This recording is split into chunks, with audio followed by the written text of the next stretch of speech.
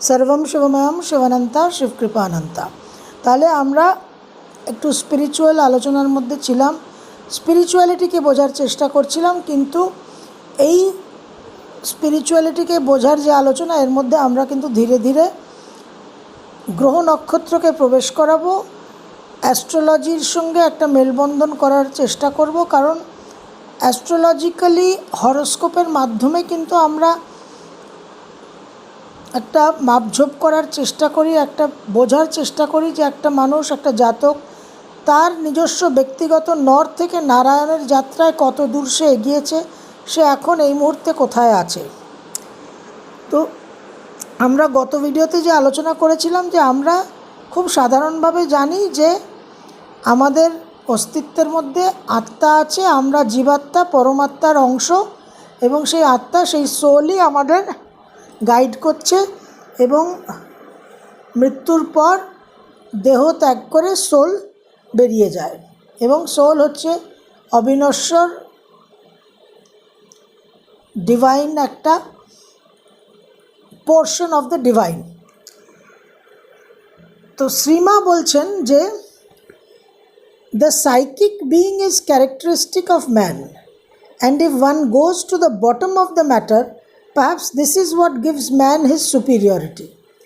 তাহলে গত দিনের ভিডিওতে আমরা আলোচনা করেছি যে আমরা যে সোল বলতে যেটা বুঝি সেটা আসলে একটা স্ফুলিঙ্গ মাত্র, তার চারপাশে একটা কোষ, একটা দিব্য কোষ তৈরি হয় জন্ম জন্মান্তর ধরে।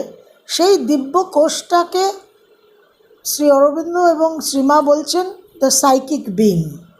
এবং এই যে দিব্য কোষটা, দিস ডিভাইন শীত, এই সাইকিক বিং যখন পূর্ণমাত্রায় গঠন হয়ে যায়, ফুললি তার গ্রোথ হয়ে যায়, সে যখন জাগ্রত, সচেতন, অ্যাওয়েকেন্ড অ্যান্ড কনসিয়াস হয়, তখন এই সাইকিক বিংই আমাদের মধ্যে ইনস্ট্রুমেন্ট অফ দ্য ডিভাইনে পরিণত হয়।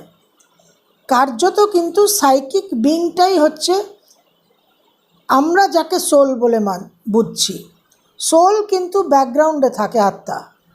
কার্যত যে অপারেটিং যে ইনস্ট্রুমেন্টটা, সেটা কিন্তু সাইকিক বিং, যেটাকে ডেভেলপ করতে হয় থ্রু লাইফ টাইমস। এবার যদি আমরা আমাদের জন্মছকে রাহুকেতুকে দেখি, তাহলে রাহুকেতু যে অ্যাক্সিসটা, রাহু হচ্ছে ইনটেক, নতুন এক্সপিরিয়েন্স, কেতু হচ্ছে অ্যাসিমিলেশন অ্যান্ড এক্সক্রিশন।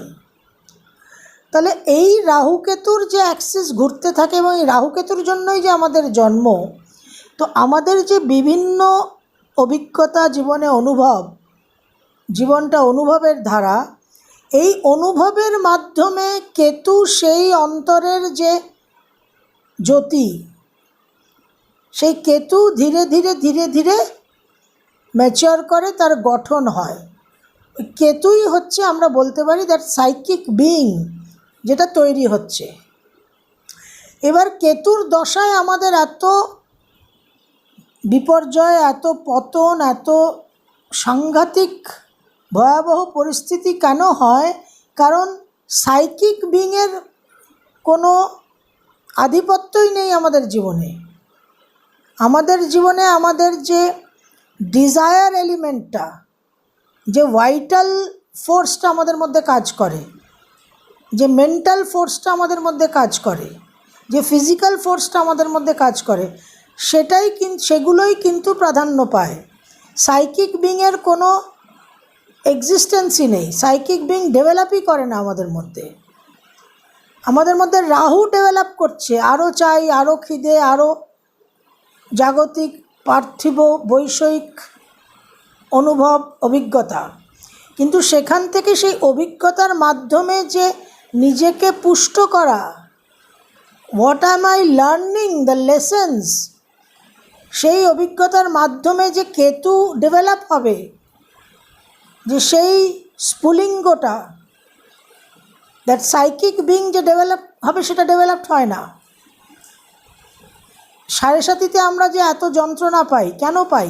কারণ আমাদের জীবনে আমরা শিক্ষাগুলোকে পাই না। এই দেহ ধারণ করেছি, আমাদের যে সাংসারিক জীবনের যে গতিপথ, যে নিয়ম, তার মধ্যে তো থাকতেই হবে। সন্ন্যাসের জন্য তো আমরা সাংসারিক জীবন যাপন করছি না। শৈশব হবে, শৈশব থেকে কৈশোর হবে, বিদ্যা হবে, বিবাহ হবে, সংসার হবে, কর্ম হবে, বার্ধক্য হবে। এই একটা লেভেল, একটা স্তর। কিন্তু জীবনের প্রত্যেকটা অভিজ্ঞতার মাধ্যমে যে শিক্ষাটা আমাদের অর্জন করতে হবে, সেই শিক্ষাটা আমাদের অর্জন হয় না। আমরা রোবটের মতো মেকানিক্যালি, যান্ত্রিকভাবে শুধু জীবন যাপন করে যাই। সেই জন্য আমাদের তো বোধটাই নেই, সেই জ্ঞানটাই নেই। সুতরাং রাহু আমাদের তাড়িত করে শৈশব থেকে বার্ধক্য, জন্ম থেকে মৃত্যু অবধি নিয়ে যাচ্ছে। কিন্তু শৈশব থেকে বার্ধক্য, জন্ম থেকে মৃত্যু অবধি এই যাত্রাটা সম্পন্ন করার মধ্যে এবং করার পরে কেতুর আর কোনো বিকাশ হলো না। ওই স্ফুলিঙ্গটা, ওই সাইকিক বিংটা ডেভেলপ করতে পারছে না।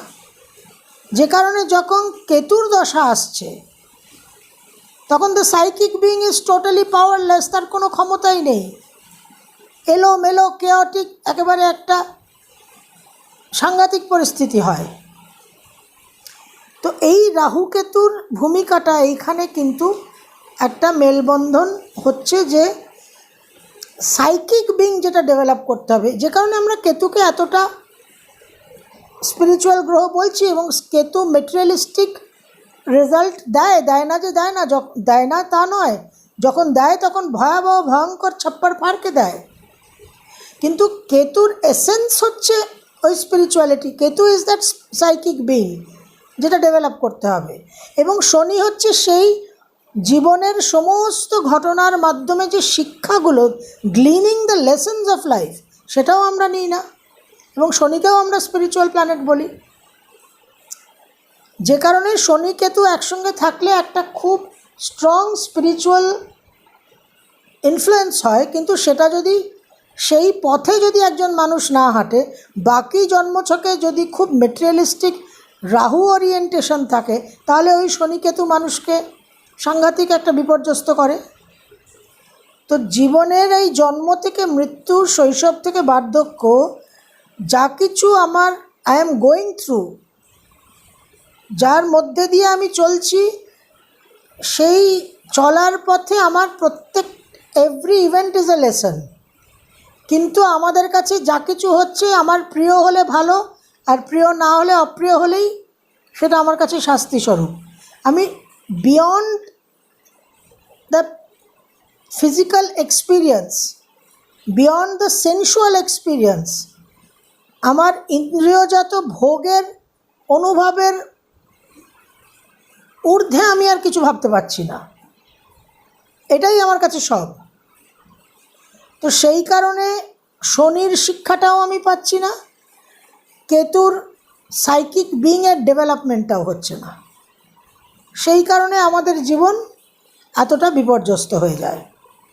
এবং এই সাইকিক বিংকেই শ্রীমা বলছেন যে মানুষের একটা বিশেষ বৈশিষ্ট্য, এবং এটাই মানুষের যে সুপিরিয়রিটি, মানুষ যে অন্যান্য প্রজাতির চেয়ে উন্নত, এই সাইকিক বিং, এই কেতুই কিন্তু মানুষকে সেই সুপিরিয়রিটিটা প্রদান করছে।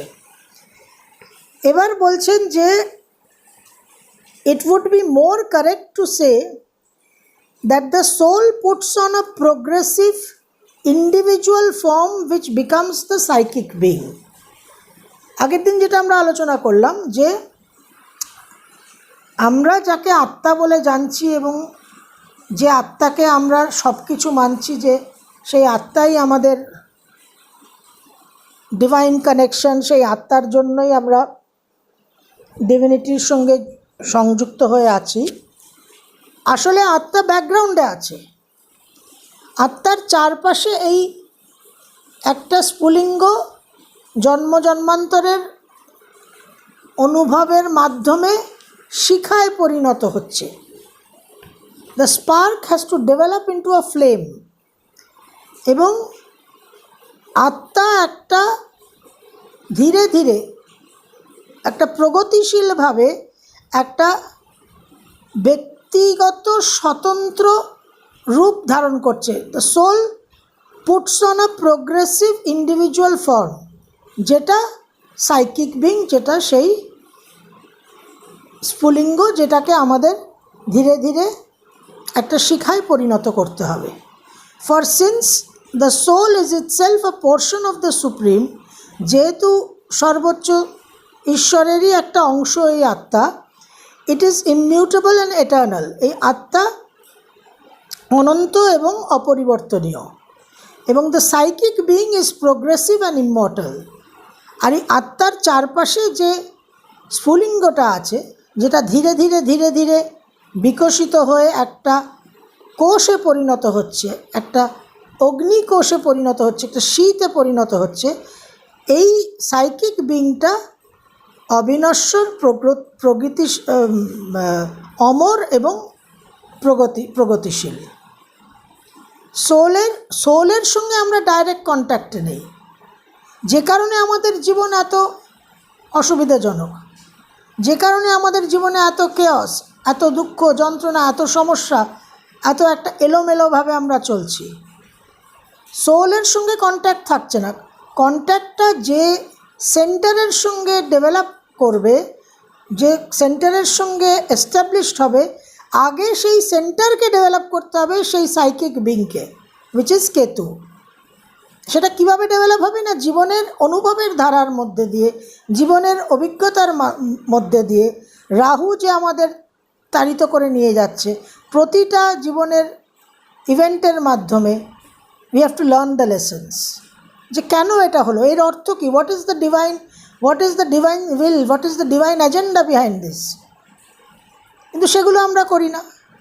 সেই জায়গাতেও আমরা এই যে আমাদের জীবনের সাফারিং, মিজারি, দুঃখ, কষ্ট, সেগুলো নিয়েও আমরা আলোচনা করব, তখন এই জায়গাটা আরও পরিষ্কার হয়ে যাবে। তো এখানে এবার একটু আমরা আরেকটা জায়গা দেখি যে জীবাত্মা নিয়ে কি বলছেন। জীবাত্মার জায়গা, জীবাত্মা শব্দটা আমরা সকলেই জানি, সকলেই আমরা পরিচিত। তো জীবাত্মা নিয়ে বলছেন, the Jivatman is above the manifestation in life and presides over it. The psychic being stands behind the manifestation in life and supports it. আমরা সকলেই খুব কমনলি জানি যে পরমাত্মার অংশ জীবাত্মা, প্রত্যেকটা মানুষ জীবাত্মা। কিন্তু এখানে দ্য ট্রু পিকচার, যে একটা সেন্ট্রাল বিইং আছে, একটা চিফ কেন্দ্রে একটা সত্তা আছে, একটা অস্তিত্ব আছে, যে অস্তিত্ব ঈশ্বরেরই একটা অংশ, এবং এই অস্তিত্ব আমাদের জন্মান্তর ধরে সাপোর্ট করে যায়, supports all the rest and survives through death and birth. এই central being has two forms. Above it is Jivatman, our true being, of which we become aware when the higher self-knowledge comes. জীবাত্মান সম্বন্ধে আমরা সচেতন হই যখন আমাদের আরও উন্নত ঈশ্বর চেতনা প্রাপ্ত হই আমরা। Below it is the psychic being which stands behind mind, body and life. তো দুটো স্তরে কাজ হয়। জীবাত্মা ম্যানিফেস্টেশনের মধ্যে, এই সৃষ্টির মধ্যে তার আবির্ভাব হয় না, সে প্রকট হয় না, সে এই সৃষ্টির থেকে আরেকটু উচ্চ স্তরে সে আমাদের এই ম্যানিফেস্টেশনকে, আমাদের এই জীবনকে সে তত্ত্বাবধান করে। কিন্তু সাইকিক বিং যেটা ওই স্ফুলিঙ্গটা, সেটা স্ট্যান্ডস, এই আমাদের এই যে ম্যানিফেস্টেশন হলো, এই যে আমরা জন্মালাম, আমাদের পিছন থেকে সে একটা সাপোর্ট করে, অন্তরাল থেকে, ফ্রম বিহাইন্ড সে আমাদের সমস্ত জীবনকে সে একটা সাপোর্ট করে যায়। সেখানে বলছেন, the natural attitude of the psychic being is to feel itself as the child, the son of God, the bhakta. ভক্তের মতো শিশু সুলভ বালক সুলভ এই সাইকিক বিইংয়ের একটা natural attitude. The jivatma in its essence does not change or evolve, its essence stands above the personal evolution. এই যে আমরা জন্মালাম, একটা মানুষ জন্মালো, আমার যে ব্যক্তিগত স্বতন্ত্র যে বিকাশ হবে, যে বিবর্ধন হবে, এভলিউশন হবে, স্পিরিচুয়াল ডেভেলপমেন্ট হবে, এটা তার ঊর্ধ্বে কিন্তু জীবাত্মার অবস্থান। এবং জীবাত্মা তার যে অন্তরের প্রকৃতি, সেখানে জীবাত্মার কোনো পরিবর্তন বা কোনো বিকাশ হয় না। Within the evolution itself, it is represented by the evolving psychic being which supports all the rest of the nature. জীবাত্মার প্রতিনিধিত্ব করছে সাইকিক বিং, সেই আত্মার চারপাশে যে স্ফুলিঙ্গ, যেটাকে একটা শিখায় পরিণত হতে হবে, একটা দিব্য কোষে পরিণত হতে হবে। তাহলে in essence জীবাত্মা stands above the personal evolution. জীবাত্মার একটা অংশ হচ্ছে সাইকিক বিং, এবং এই সাইকিক বিং represents the জীবাত্মা। এই বেসিক কনসেপ্টসগুলো কিন্তু আমাদের একটু ক্লিয়ার করা দরকার। এবার দেখুন, এবার যেটা বলছে যে the central being is the being which presides over the different births one after the other.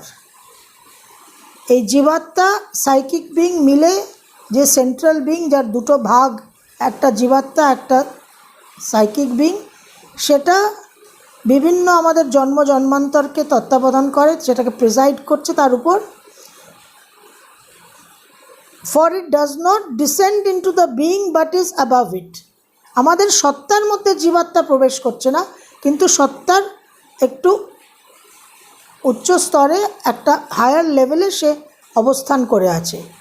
It holds together the mental, vital and physical being and all the various parts of the personality, and it controls the life either through the mental being and the mental thought and will, or through the psychic, whichever may happen to be most in front or most powerful in nature. তাহলে এই যে central being, যার দুটো অংশ, একটা জীবাত্মা একটা psychic being, এই সেন্ট্রাল বিং আমাদের জীবনকে, আমাদের বিভিন্ন জন্মকে কন্ট্রোল করছে, আমাদের মন মানসিকতা, মেন্টাল লাইফকে, আমাদের ভাইটাল লাইফকে, ডিজায়ার আশা আকাঙ্ক্ষার লাইফকে, অংশকে, এবং আমাদের ফিজিক্যাল দৈহিক শারীরিক লাইফকে। এবং এটা কিভাবে কন্ট্রোল করছে? না, আমাদের মেন্টাল ওয়ার্কিংসের মাধ্যমে, মনের মাধ্যমে, বেশিরভাগ ক্ষেত্রেই মনের মাধ্যমে, সাইকিক বিংয়ের মাধ্যমেও সে কন্ট্রোল করতে পারে, যদি সাইকিক বিংয়ের ডেভেলপমেন্ট হয়ে থাকে। একবার সাইকিক বিং ডেভেলপ যদি হয়ে যায়, তখন সাইকিক বিংই কিন্তু সব কিছুর কন্ট্রোলে থাকবে, সাইকিক বিংই কিন্তু গভর্নিং ফোর্স হবে। সেটা আমাদের হয় না বলেই আমাদের মন, আমাদের শরীর এবং আমাদের কামনা বাসনাই আমাদের চালনা করে বলেই আমাদের জীবনের এই দুর্বিষহ অবস্থা। তারপরে বলছেন, the psychic is not above but behind, its seat is behind the heart, its power is not knowledge but an essential or spiritual feeling. It has the clearest sense of the truth and a sort of inherent perception of it which is of the nature of soul perception and soul feeling. তাহলে psychic being আমাদের support করছে একটা দেওয়ালের মতো, একটা স্ক্যাফোল্ডিংয়ের মতো। যেরকম বাঁশের সিঁড়ি দিয়ে বাঁশ বেঁধে বেঁধে দেওয়ালকে সাপোর্ট করা হয়, সেরকম আমাদের পিছন থেকে সাপোর্ট করছে এই সাইকিক বিং। এবং এই সাইকিক বিং সেই অনন্ত সত্য, সেই হাইয়েস্ট ট্রুথ সম্বন্ধে তার যথেষ্ট ক্লিয়ার পরিষ্কার সেন্স আছে, আর তারই সে একটা অংশ। It is our innermost being and supports all others.